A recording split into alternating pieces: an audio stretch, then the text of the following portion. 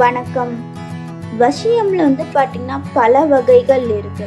அதாவது மூலிகை வசியம், யந்திர வசியம், மந்திர வசியம், பொடி வசியம்.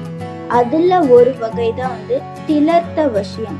அதாவது உங்களுக்கு புரியும்படி சொல்லணும்னா, நம்ம திருநீர், குங்குமம், சந்தனம் வைப்பது போல இதை நம்ம பொட்டாக நம்ம நெற்றியில வைத்துக்கலாம்.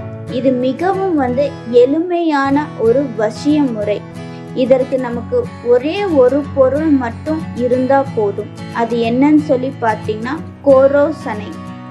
இந்த கோரோசனை பார்த்தீங்கன்னா நாட்டு மருத்துவ கடை இல்லைன்னா காதி கிராஃப்ட் கடையில நமக்கு கிடைக்கும். இது சுத்தமான கோரோசனையாக நம்ம வாங்கிக்கணும்.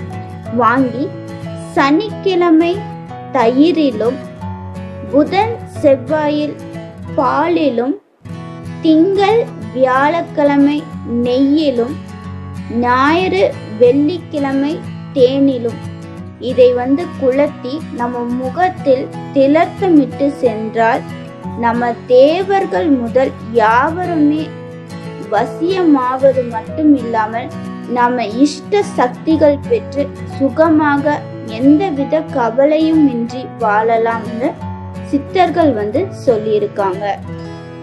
நன்றி.